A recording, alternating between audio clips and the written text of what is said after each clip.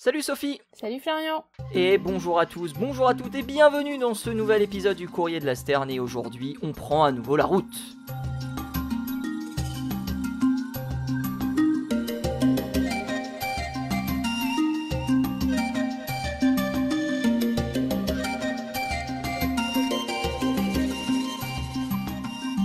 Comment ça va Sophie ? Bah écoute, ça va pas mal, chaudement à nouveau.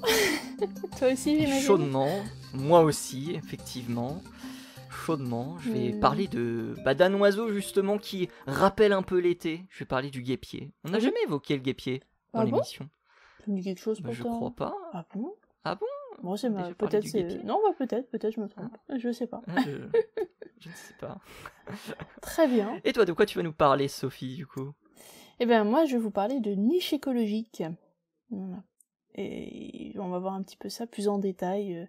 Oui, c'est une petite étude là qui est parue. Bon, ça fait déjà avril qu'elle est parue, mais je l'avais trouvée intéressante. Eh ben, écoute, on va voir ça, je pense, dans la première partie de l'émission. Mais avant tout ça, on va... En deuxième partie, si tu veux, parce que je crois que j'avais commencé la dernière fois. Si ça te dérange pas. Eh bien, ce sera Comme la deuxième partie, du coup. On peut faire en... C'est... Une émission très préparée, comme vous pouvez on l'entend. Non, mais que ce soit pas toujours la même qui commence, quand même. Hein. Voilà, soyons un peu... Il est vrai. Mais est-ce que tu veux commencer la rétro, Sophie ? Mais oui, ça je veux bien, nos fameuses petites... Eh ben, ça tombe bien, parce que moi j'ai des mauvaises nouvelles, donc c'est que tu commences. Ah bon ? Si.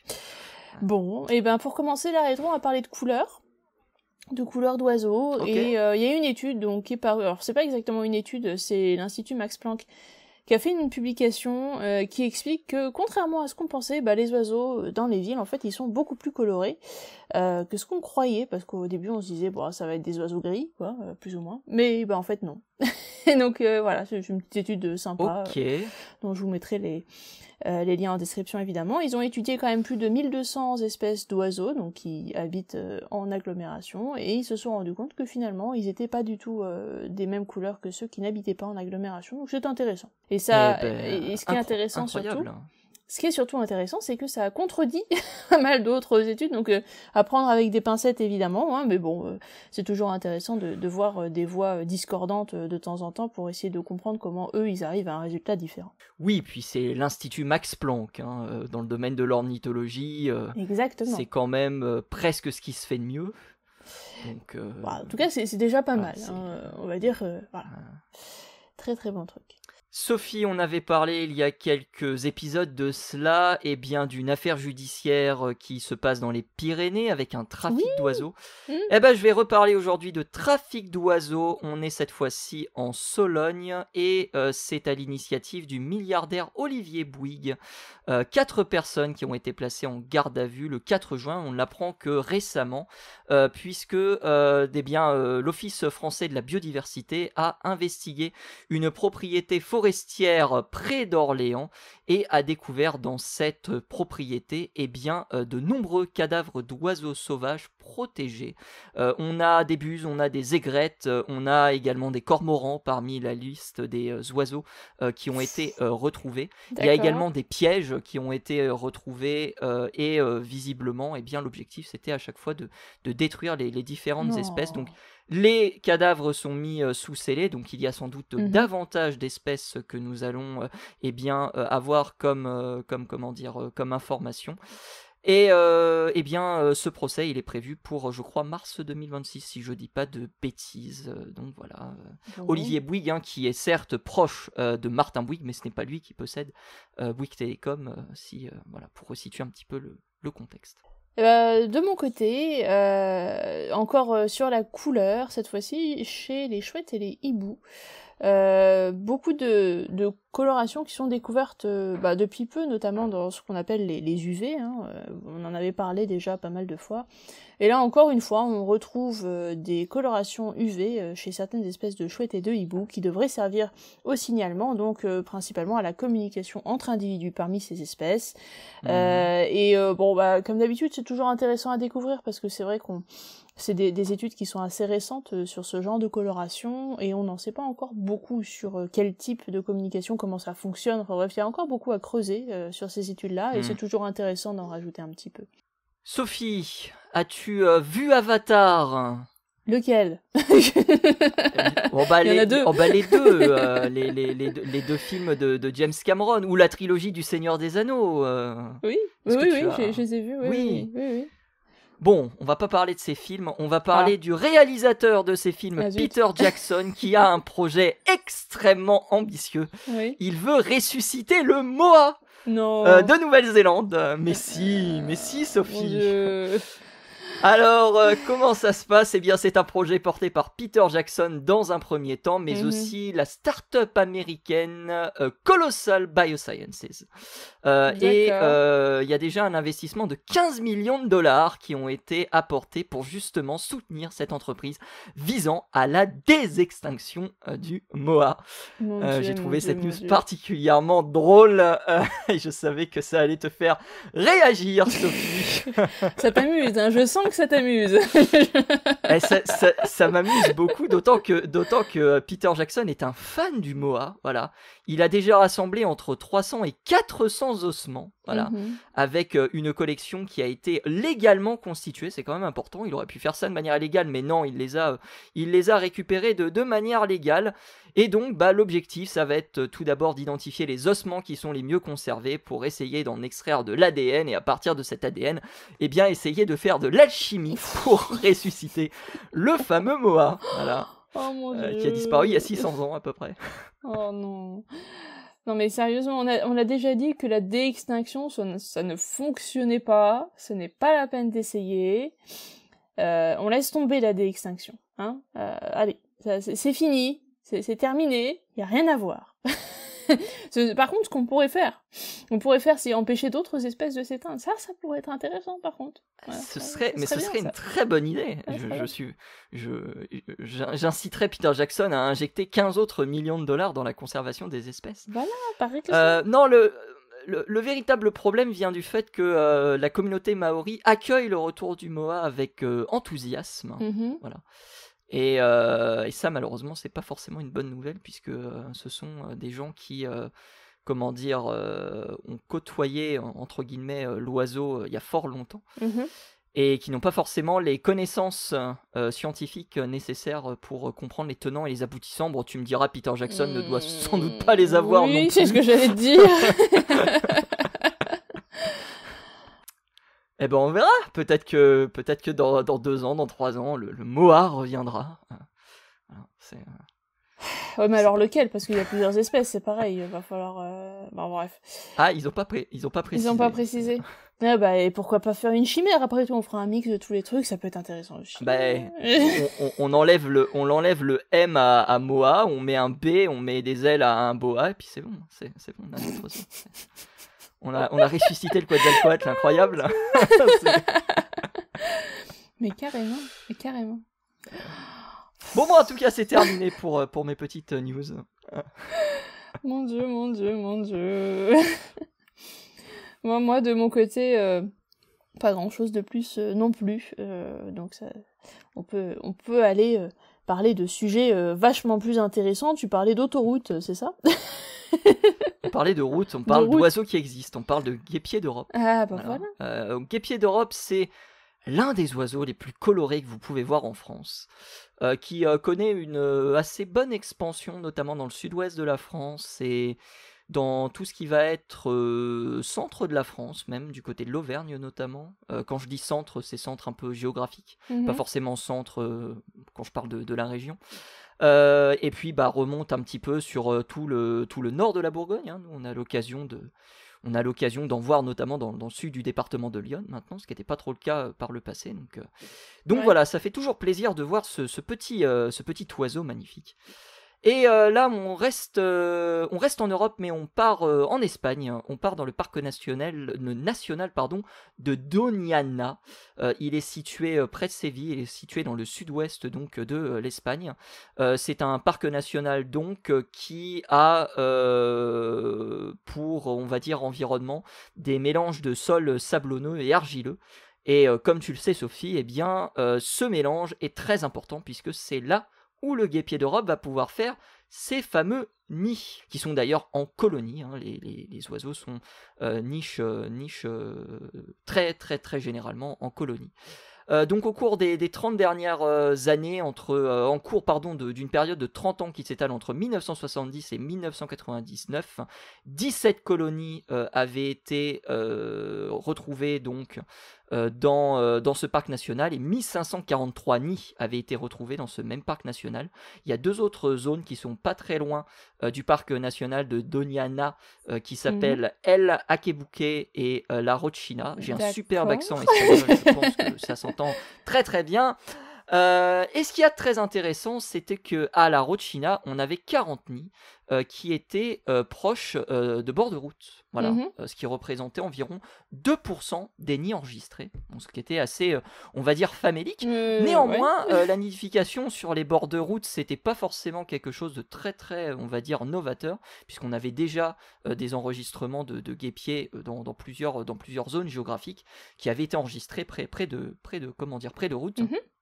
Et puis, en 2000, 56 nids ont été signalés sur des accotements. Alors, il parle de la route du Palais. L'article est en anglais, donc il parle de Palace Road, donc je suppose que c'est la traduction d'une route qui existe cette fois-ci dans la langue espagnole.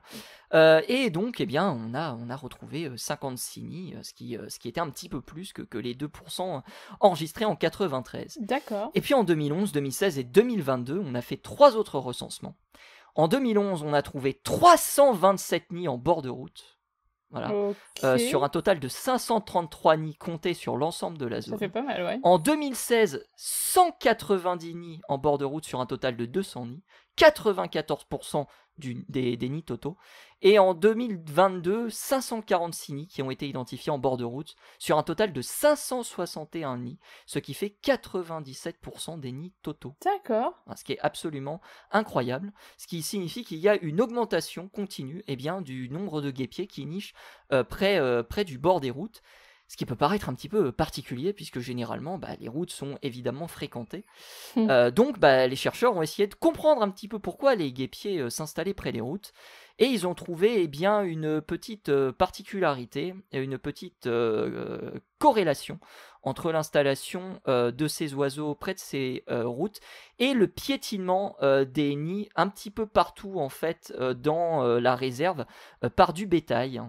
Donc le bétail qui a pour particularité de piétiner les différents nids de guêpiers, ce qui fait que les nids sont très difficilement utilisables par les oiseaux. Donc ce sont des chevaux et des bovins donc qui sont responsables entre guillemets de ces piétinements. Et donc qu'est-ce qui s'est passé ? Les guêpiers ont dérivé quelque peu dans une autre zone géographique de la réserve qui était beaucoup moins sujette justement à ces problématiques.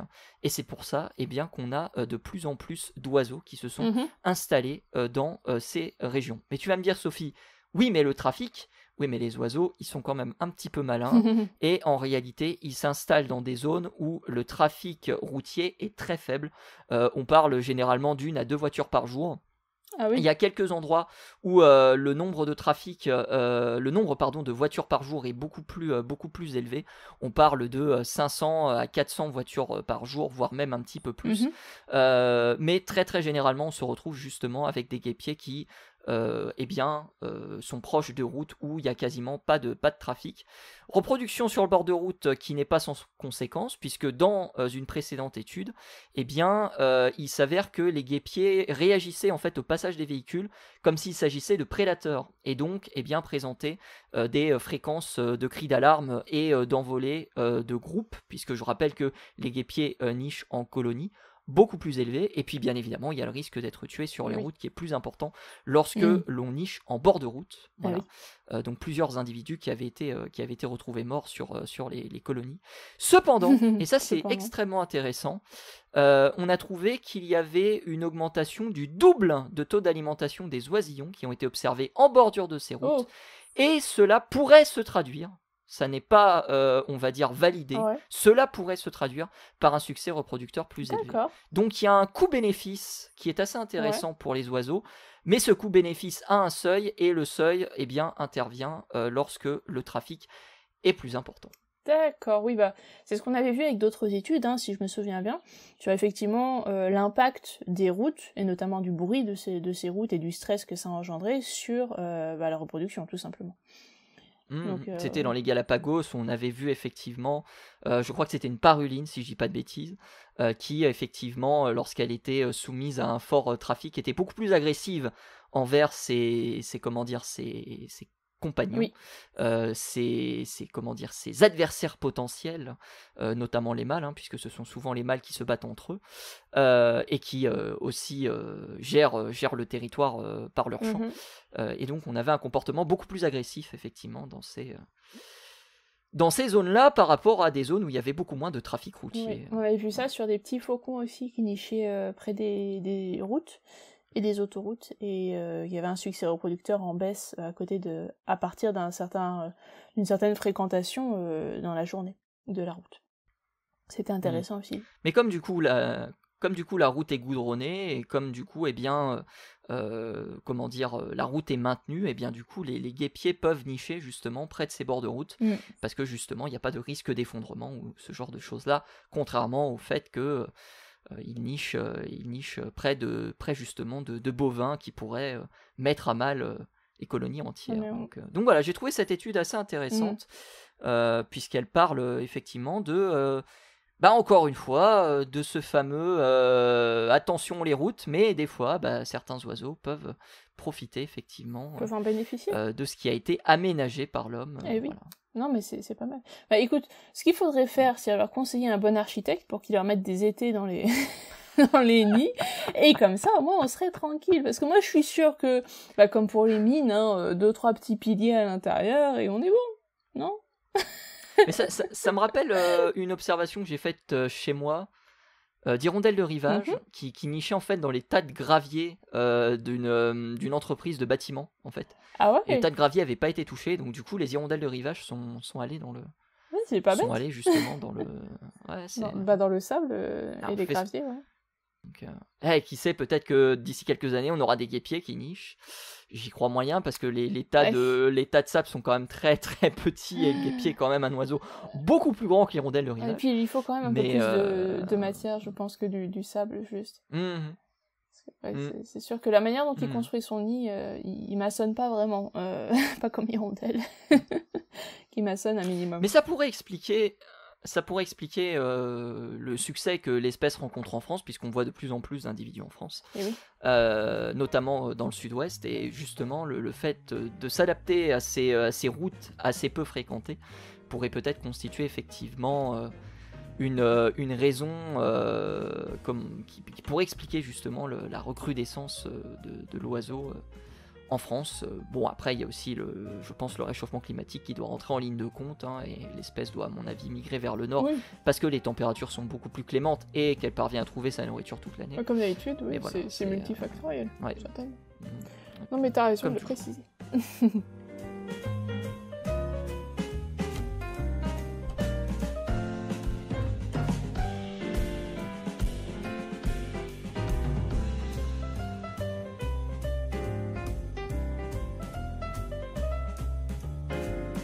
Voilà, j'ai parlé d'un oiseau qui existe. Et on l'en remercie. Merci d'exister, petit guêpier. On t'aime, ne t'en va pas, surtout. J'imagine les messages qu'on voit des fois sur les réseaux sociaux là, avec oh mon Dieu, avec le petit cœur là et l'oiseau présent avec ne t'en va pas, petit oiseau. Oh mon Dieu. Effectivement. Alors, niche écologique, Sophie, deuxième partie de l'émission. Oui, niche écologique. Tout le monde sait ce qu'est une niche écologique. On avait déjà parlé de ça, la niche écologique. On en avait parlé pas mal de fois, parce que c'est le sujet de beaucoup d'études, finalement, avec une compréhension un peu plus poussée des écosystèmes eux-mêmes, parce que tout ça, c'est comme d'habitude, c'est une histoire de réseau. Chaque espèce a ce qu'on appelle sa niche écologique, dans laquelle elle va évoluer. Donc sa niche écologique, ce qu'elle va manger, là où elle va se reproduire, les endroits qu'elle va choisir pour dormir, se reposer, etc. Enfin bref, ce dont elle a besoin pour vivre, ça va être sa niche écologique. Et donc toutes ces niches écologiques dans un écosystème vont être utilisées, occupées par différentes espèces. Et en l'occurrence, certaines sont occupées par des oiseaux, jusque-là tout va bien. Et dans l'étude dont on va parler aujourd'hui, L'étude est très récente, mais elle fait référence à une ancienne étude qui, elle, a été faite il y a plus d'une 60aine d'années, en gros, et qui parlait déjà de niche écologique à l'époque. Et oui. Et donc en fait cette ancienne étude est une étude assez classique parce que c'est quelque chose qui est vraiment cité en référence généralement dans pas mal de bouquins, et quand vous faites des études sur le sujet, c'est la référence à étudier sur les niches écologiques. Et cette étude qui avait été faite à l'époque par Robert MacArthur, un des fondateurs de l'écologie moderne, quand même, pas n'importe qui. Ah bah oui, c'est un peu... c'est le gars... Pas dire le Albert Einstein de l'écologie, mais pas loin. Hein. Ouais, bon, peut-être pas, mais disons qu'en tout cas, il a fait des trucs... il a fait des trucs bien. Ouais, non, mais voilà. en termes d'importance. En termes d'importance, c'est vrai que c'est important. En termes d'importance, c'est quelqu'un de très, très, vraiment, assez indissociable de la naissance de l'écologie moderne. Voilà. Donc. Enfin, de l'étude, en tout cas, de l'écologie moderne. Exactement. Et du coup, c'est intéressant toujours de s'intéresser à ce qu'il a publié, même si ça fait longtemps, hein. Cette étude, c'était il y a 67 ans, mine de rien. Ça fait un moment, mais ça reste quelque chose qui est encore d'actualité aujourd'hui, et c'est pourquoi on va en parler aujourd'hui, parce que les études actuelles se basent quand même sur ces travaux, hein, c'est à noter. Les travaux d'il y a 67 ans, quand même, c'est pas mal. Donc, ce cher monsieur MacArthur, dans cette étude de 1958, il me semble, parlait d'une famille d'oiseaux qu'on appelle les parulines, que vous connaissez certainement, qui sont les petits oiseaux qui sont assez colorés. Il y a souvent du jaune sur ces petits animaux-là, c'est très mignon. Généralement, c'est assez... Bon, c'est pas très grand, ça bouge beaucoup, hein, ça se déplace très souvent, c'est pas facile à prendre en photo, mais c'est très très mignon. Donc je vous encourage vraiment à aller chercher des photos, ça va vous plaire. On a déjà parlé de parulines dans l'émission. Bah, je parlais de Galapagos, je crois que c'est des parulines. C'est ça. Exactement. On l'avait évoqué. Exactement. Et là, on va parler de parulines nord-américaines, parce que MacArthur était de là-bas. Et donc il a décrit 5 espèces de parulines, et il a décrit comment, malgré le fait qu'elles occupaient plus ou moins la même niche écologique, elles étaient capables de vivre dans le même écosystème. Et ça, c'était assez incroyable pour lui, parce que évidemment déjà à l'époque on avait cette notion de niche écologique, et on se disait s'il y a une espèce qui occupe cette niche écologique, c'est pas possible qu'il y en ait une autre qui vienne, parce que obligatoirement falloir soit qu'elle la remplace, soit que finalement l'espèce qui était là au début enlève ou fasse partir celle qui arrive sur place, parce que y a pas la place pour les deux sur la même niche écologique. Et là, en l'occurrence, il décrit 5 espèces de parulines qui vivent en bonne entente, en quelque sorte, au même endroit, avec une niche écologique qui est très très très similaire. C'est des insectivores, tout ça, et ça va manger plus ou moins les mêmes bestioles. Et donc, ces 5 espèces de parulines, en fait, il avait étudié ça notamment au niveau des arbres, parce que c'est des espèces qui vivent pas mal dans les arbres, et il avait noté que c'était très intéressant parce qu'elles semblaient se partager la hauteur de l'arbre, avec des espèces qui étaient plus vers le bas de l'arbre, d'autres qui étaient plus dans les frondaisons, d'autres plus au milieu, etc. Et donc elles arrivaient comme ça à se partager l'environnement qui était l'arbre et la forêt en général à des hauteurs bien précises. Et donc il avait émis plusieurs hypothèses, alors notamment le fait qu'il y avait un partitionnement donc au niveau altitude de cette forêt, mais aussi le fait que peut-être ce partitionnement venait des types d'insectes qui étaient présents à certains étages de cette forêt, et qui permettaient donc à une espèce de se concentrer plus sur un type d'insecte que sur un autre, et donc de rester plus à un étage qu'à un autre, ce qui permettait donc d'avoir 5 petits insectivores au même endroit sans que personne ne marche sur les plates-bandes de son voisin.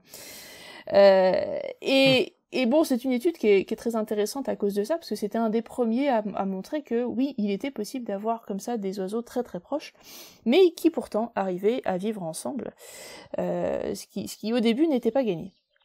Et là, l'étude qui est sortie cette année, donc je crois que c'était en avril de cette année, reprend cette étude d'il y a 67, de 1958, et essaie de construire un peu sur cette étude, et de reprendre des espèces similaires, et de comprendre un peu comment tout ça fonctionne, et de voir si les hypothèses qu'il avait écrites à l'époque sont finalement vraies ou pas, grâce aux techniques modernes qui nous permettent d'analyser vraiment un peu plus en profondeur l'écologie de ces animaux.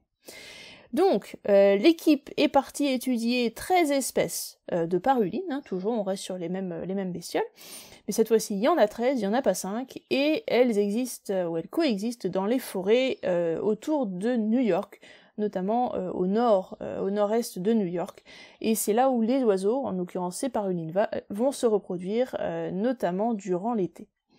Alors elles ont observé le comportement de ces espèces-là pendant 5 étés d'affilée. Non, autant pour moi, pendant 20 ans, donc plutôt 20 étés, parce qu'ils n'étaient là que pendant l'été.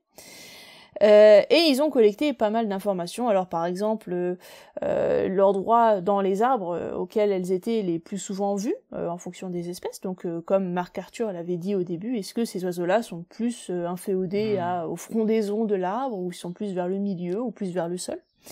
Ils ont aussi collecté la densité de feuilles de ces arbres-là, savoir peut-être s'il y avait une incidence de la luminosité à cause de la densité du feuillage, ou bien tout simplement une incidence de la quantité de feuilles pour camoufler les oiseaux, peut-être qu'ils préféraient d'être mieux camouflés dans certains arbres que d'autres en fonction des espèces, on savait pas trop. Et aussi la distance de l'oiseau avec le tronc de l'arbre quand il était en train de manger. Donc par exemple, est-ce qu'il reste sur l'arbre pour trouver des trucs, ou est-ce qu'il va volter aux alentours pour essayer de trouver d'autres choses, peut-être qui sont pas exactement sur l'arbre, peut-être des petits moustiques qui volent autour, des choses comme ça. Et ils ont aussi collecté des fientes, évidemment, parce que ça permet de savoir qu'est-ce que t'as mangé comme insecte. Est-ce que tout ça se retrouve dans les fientes? Et ils ont trouvé que la plupart de ces parulines mangeaient évidemment des insectes, mais aussi des araignées qui, comme vous le savez, ne sont pas des insectes. Attention. Nombre de pattes. Exactement. Et en plus de ça, ils ont évidemment regardé chaque oiseau et ils ont trouvé toutes les mesures relatives à la taille du corps, l'envergure, le poids, la forme du bec, etc. Parce que tout ça, c'est disponible dans les musées, mais notamment sur des bases d'information, des bases de données qui sont disponibles alors dans les publications et puis un peu partout dans le monde. Donc ils ont pris tout ça, ils ont essayé de concaténer toutes les informations qu'ils ont retrouvées, et ils ont essayé d'en sortir quelque chose. Donc ça fait beaucoup d'infos quand même, on parle de 20 ans d'études, mine de rien. Et ils ont essayé de voir si tout ça, toutes ces informations et les conclusions qu'ils pouvaient en tirer étaient corrélées avec ce que MacArthur avait trouvé. Alors, MacArthur avait fait plusieurs hypothèses. La première hypothèse, c'est qu'effectivement un oiseau était plus ou moins inféodé à une partie d'un arbre, être plutôt vers le haut, vers le bas, vers le milieu, etc. Et que ça c'était lié au type d'insectes qu'il allait manger. Donc ils ont regardé, est-ce que ces oiseaux, effectivement les différentes espèces de parulines, mangeaient des insectes différents. Alors là pour le coup, MacArthur il avait peut-être mal vu, parce que, en l'occurrence, ces parulines, elles mangent la même chose. On a dit du bien de lui. Oui, on avait dit du bien de lui, mais là pour le coup, c'était des hypothèses. Il perd 3 places. Qu'il avait posé des hypothèses quand même. Points, C'était juste des hypothèses à l'époque, il n'avait aucun moyen de vérifier. C'est vrai, quand même. Donc bon, on peut lui pardonner. Un demi-point alors. Et là, ils ont trouvé que non, c'était plus ou moins les mêmes insectes, c'est juste qu'ils étaient à différentes hauteurs dans l'arbre, mais c'était pas trop un problème. En revanche, ce qui allait changer, c'était la manière dont ils allaient capturer ces insectes. Parce que toutes ces parulines, toutes ces espèces de parulines n'ont pas forcément la même morphologie exactement. Alors, c'est des différences qui sont assez minimes de notre point de vue, mais c'est des différences qui peuvent faire pas mal de changements au niveau de l'écologie de l'animal, parce que par exemple, un oiseau qui va être plus ou moins gros va peut-être avoir des techniques de chasse différentes. Ils ont notamment trouvé dans l'étude que les oiseaux les plus petits avaient plus de facilité à rester en vol stationnaire à un endroit pour arriver à voir les bestioles autour d'eux et ensuite à fondre sur la bestiole en question pour la manger, pendant que les oiseaux plus gros préféraient se poser sur une branche par exemple pour attendre leur prochain repas. Donc là, il y a des différences en fait dans la manière d'aller chercher la proie. Ça, par contre, MacArthur avait effectivement une hypothèse de ce type-là, et il se semble que ça se vérifie. Vous avez des morphologies différentes, ça veut dire que vous avez des comportements différents derrière, ce qui est tout à fait logique, en l'occurrence. Et ils ont aussi trouvé qu'effectivement, il y avait des différences dans les hauteurs que certaines espèces préféraient, les altitudes sur l'arbre, donc... Par exemple, les oiseaux avec des pattes un poil plus longues étaient préférentiellement près du sol. On suppose que c'est parce qu'ils peuvent se déplacer plus facilement au sol avec des papates un peu plus longues, ça leur permet peut-être de sauter plus facilement ou de courir plus facilement, on sait pas trop, c'est pas précisé dans l'étude, mais bon, ça c'est une hypothèse que je fais, mais en tout cas, il se trouve que ces oiseaux-là avec des jambes plus longues, ils préfèrent être plus proches du sol, voilà. Mais voilà, il n'y avait pas vraiment de différence dans ce qu'ils mangeaient au sol ou ce qu'ils mangeaient dans les frondaisons de l'arbre. Ça, il n'y avait pas de différence significative en tous les cas dans les statistiques qu'ils ont pu faire. Donc, c'est quand même... Ce qui est quand même intéressant, c'est que on arrive à prendre une étude d'il y a plus de 60 ans et on arrive aujourd'hui à confirmer ou infirmer les hypothèses qui ont été posées à l'époque, et on arrive à préciser les choses grâce aux statistiques modernes, grâce à des méthodes, par exemple l'analyse défiante qui n'était pas forcément disponible à l'époque. On arrive vraiment à avoir plus de choses grâce à ça, et ça je trouve ça intéressant. Alors, il pose aussi l'hypothèse que ces oiseaux-là, en fait, pour eux, la différence de morphologie, la différence d'écologie n'est pas uniquement due du coup au régime alimentaire, vu qu'on a vu qu'ils mangeaient plus ou moins la même chose. Et ce que MacArthur suggérait au début, c'est que ces différences donc s'expliquaient principalement par le régime alimentaire, ce qui semblerait n'est pas le cas. Ils disent que là, pour le coup, les différences s'expliquent peut-être par d'autres possibilités. Par exemple, le fait que ces oiseaux migrent tous les ans, il y a certainement une influence du coup sur la forme du corps, ou sur la forme des ailes en l'occurrence, parce que il va falloir qu'ils volent, et qu'ils volent pendant pas mal de temps pour arriver à destination et pour faire l'aller-retour dans l'année. Et en plus, il va aussi falloir peut-être qu'ils partent et qu'ils reviennent dans d'autres endroits où il n'y a pas forcément les mêmes espèces sur place, parce que bon, là, autour de New York, on sait plus ou moins où elles sont, on sait quelle niche écologique elles se partagent, mais peut-être que là où elles vont migrer, c'est pas forcément pareil, ou que toutes les espèces ne migrent pas exactement au même endroit, peut-être, et que du coup, elles ont des adaptations un peu différentes pour arriver à cet endroit-là aussi, à pouvoir se débrouiller. Donc il y a plein de choses à prendre en compte, plein de facteurs comme ça qui peuvent expliquer ces différences morphologiques, et ses préférences au final pour certaines parties d'une niche écologique uniquement, ou cette spécialisation peut-être, qui ne sont pas uniquement liées au régime alimentaire. Donc c'est intéressant de voir en fait comment tout ce qui est autour dans l'environnement va donner une morphologie différente pour un oiseau. Il y a plein de petits facteurs dont on n'a pas forcément idée, mais qui sont très très importants dans l'évolution. Mais il y avait cette même problématique sur les mésanges européennes, du coup. Parce que j'ai le livre Le comportement des oiseaux d'Europe, qui est un formidable livre. Et justement, il parlait déjà de cette idée de strate écologique entre les mésanges, du fait que tu retrouvais certaines mésanges en bas de l'arbre et certaines mésanges en haut de l'arbre. Ce qui, entre guillemets, empêchait le fait que ces oiseaux puissent entrer en compétition. Et c'était très intéressant, et je serais très curieux de savoir s'ils ont confirmé par le passé, puisque pour le coup on parle de quelque chose qui est beaucoup plus ancien, ce que les gens de cette étude ont essayé de voir avec la paruline pour le coup. Notamment le fait que la nourriture soit différente. Oui. Parce que dans mes souvenirs, je crois qu'ils disaient que la nourriture récupérée par les mésanges était différente. Donc je serais très curieux honnêtement de relire l'étude qu'ils avaient utilisée pour s'il y a étude bien sûr, se trouve c'est juste basé sur les les réflexions de MacArthur, et ils ont pris la mésange, ils ont fait ça va marcher à peu près de la même manière. Peut-être, je sais pas. Écoutez, pourquoi s'embêter, mais je serais très curieux de savoir si effectivement les travaux qu'ils ont pris, parce qu'il y a les références bibliographiques dans le livre, relatent ce qui a été vu chez la paruline, ou si au contraire on a vraiment cette différenciation alimentaire notamment entre les différentes maisons. Il y a d'autres espèces pour lesquelles ça fonctionne. Alors on va sortir du monde des oiseaux. Tu sais, en Afrique, on a pas mal d'antilopes. Ah non, pas du tout, non. Pitié. Non, je rigole. Désolée, on va parler de quatre pattes. Mais bon, bref. En Afrique, on a pas mal d'espèces d'antilopes, et en fait, il se trouve qu'elles arrivent toutes à coexister ensemble parce qu'elles vont chacune manger une partie différente de la graminée.